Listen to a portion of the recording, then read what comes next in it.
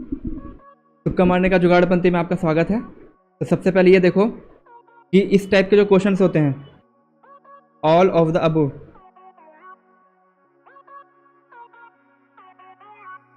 ठीक, इस टाइप के जो क्वेश्चंस हो गए, इसमें ज़्यादातर चांस होता है कि आपका यही वाला ऑप्शन करेक्ट होगा, ठीक है। और अगर क्वेश्चन इसी का एक अपोजिट टाइप का क्वेश्चन आता है, नन ऑफ द अबव, इस टाइप का जो क्वेश्चन आता है ना, इसमें बहुत कम चांस होता है कि ये वाला आपका आंसर करेक्ट होगा, ठीक है। कॉपी पेन लेके बैठ जाना बाबू, ताकि आप भूलो ना किसी चीज़ को। तो देखो यार, अगर इस टाइप का क्वेश्चन आ रहा है तो बहुत ज़्यादा चांस होगा कि आपका यही आंसर हो जाएगा, ठीक है। और इस टाइप का none of the above question आ जाएगा तो इसमें बहुत ज़्यादा चांस रहेगा कि आपका ये ऑप्शन नहीं होगा। तो बाकी के बचेंगे आपके 3 ऑप्शन, ठीक है। और इन तीनों में से फिर आपको डिसाइड करना है। तो आपका जो प्रोबेबिलिटी होगा क्वेश्चन सही करने का, वो 1/3 हो जाएगा। पहले था 1/4, क्योंकि ये वाला ऑप्शन था, इसको हमने एलिमिनेट कर दिया, तो इस वजह से 1/3 हो गया। और इसमें भी मोस्ट कॉमन चांस रहता है कि सेकंड और थर्ड में से ही कोई ना कोई होगा। अगर आपको क्वेश्चन में डाउट लग रहा है, या तो थर्ड करेक्ट हो सकता है या तो फर्स्ट करेक्ट हो सकता है, मतलब ए करेक्ट हो सकता है या सी करेक्ट हो सकता है, तो आप लोग को प्रेफरेंस देना है सी को। और एक और चीज़ का ध्यान रखना कि तुक्का उसी को मारना है जिन्होंने कम क्वेश्चन किया है। ये नहीं है कि जो बच्चा खूब सारे क्वेश्चन कर लिया है वो भी रिस्क लेता रहे, क्योंकि ये रिस्की चीज़ होता है बेसिकली, क्योंकि आपका एक नंबर नेगेटिव में भी जा सकता है। क्योंकि ये 100% सही करवाने का तरीका नहीं है। 100% तभी आप सही कर सकते हो जब अच्छे से पढ़ के जाओगे। तो ए और सी में प्रेफरेंस अगर दिया जाए तो सी को आप प्रेफरेंस दोगे, ठीक है, ए को नहीं दोगे, समझ गए। कभी कभी ऐसा होता है ना कि ऑप्शन सिमिलर हो रहे होते हैं, ठीक है।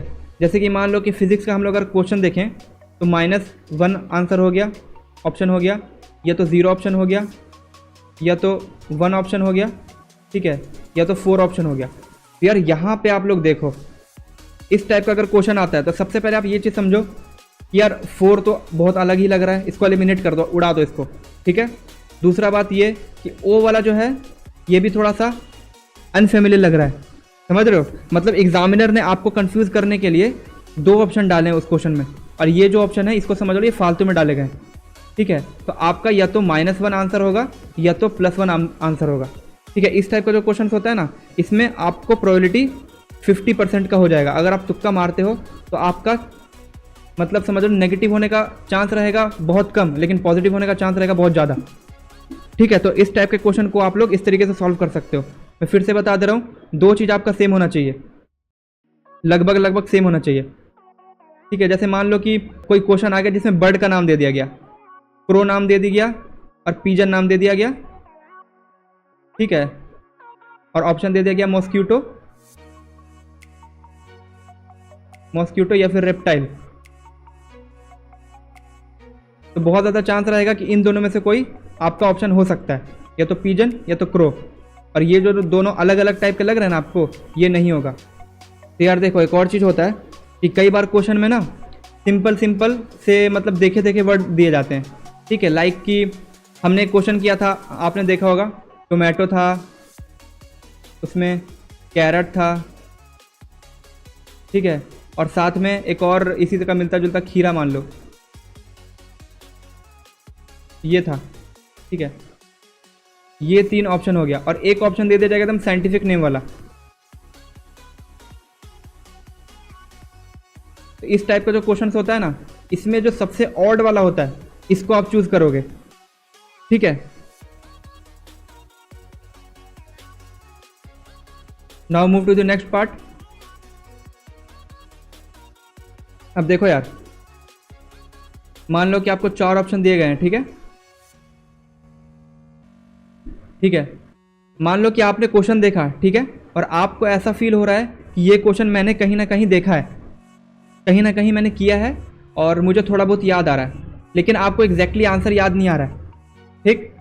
तो आप लोग क्या करोगे ना कि एकदम डीपली चीज़ों को सोचने का ट्राई करोगे। मतलब कि जैसे मान लो कोई चैप्टर है, ठीक है, उसके अंदर कौन सा टॉपिक रहा होगा, आपको क्वेश्चन अच्छे से याद नहीं आ पा रहा है, ठीक है, कि उस क्वेश्चन में मैंने क्या पढ़ा था, ठीक है, वो चीज़ याद नहीं पा रही है। तो आप लोग का मेन मुद्दा यहाँ पे ये है ना कि आप लोग को वो चैप्टर पहले याद करना कि किस चैप्टर से क्वेश्चन आया हुआ है, ठीक है। और दूसरा बात ये कि उस चैप्टर के कौन से टॉपिक से क्वेश्चन आया हुआ है, ठीक है। और उस टॉपिक से अगर कोई मिलता जुलता चीज़ ऑप्शन में दिया हुआ है, या तो ए में दिया हुआ है, या तो बी में दिया हुआ है, या तो सी में दिया हुआ है, या तो डी में दिया हुआ है, समझ रहे हो? तो मान लो कि सी ऑप्शन में उस टॉपिक से मिलता जुलता चीज़ दिया हुआ है, तो आप सी को करेक्ट करके आओगे, क्योंकि बहुत ज़्यादा चांस रहेगा कि आपका सी ऑप्शन करेक्ट हो जाएगा। ठीक, तो मैंने आपको क्या क्या बताया?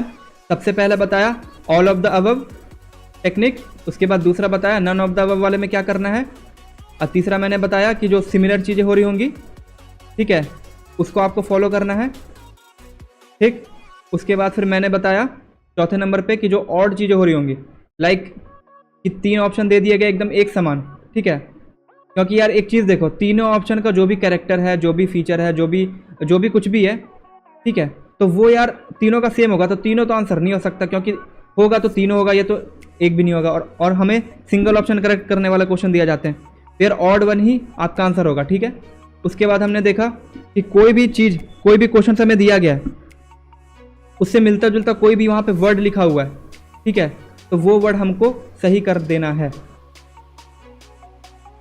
मान लो कि आपको मैच द कॉलम दिया गया है, ए है, यहाँ पे 1 है, यहाँ पे बी है, यहाँ पे 2 है, यहाँ पे सी है, यहाँ पे 3 है, यहाँ पे डी है, यहाँ पे 4 है।